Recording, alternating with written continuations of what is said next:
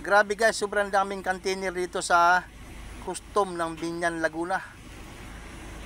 LTI Economic Zone, Laguna Technopark guys. Dito lang ito makikita sa Binyan, Laguna. Napakadaming container van. Akala mo nasa pier tayo. Kabilaan to guys, tingnan nyo.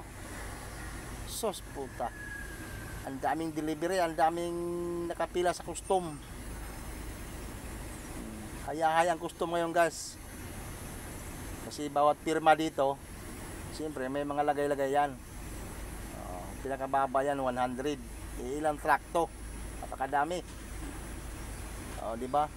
Pero yung custom dito sa Binyan, Laguna guys, at saka yung PISA, nung panahon ng pandemic, ang laki ng tulong nito. Nagbibigay ito sila ng tumutulong to sa mga nasasakupan ng Binyan, Laguna guys. Ayuda. Itong custom ng Binyan, Laguna. Tingnan ko sa haba Di ko nga alam kung saan ko ito paparada. Naghanap ko gas ang paradahan. Di ko makasingit. Sobrang haba. Iikot ako guys. Iikot. Grabe Sobrang haba. Malapit na tayo sa custom guys. Malapit na tayo. Sus. Nakupo. Ayan dito tayo sa custom guys. Sa bandang kaliwa, yun ang custom.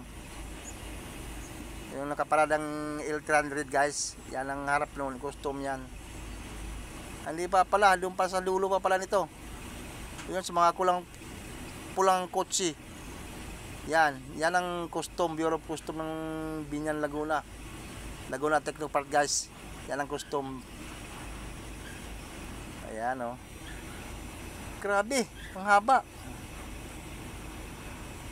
Wala akong masingitan guys. May mga bakante yan pero bawal yan. Hindi tayo ba pwedeng mamarada dyan. Thank you.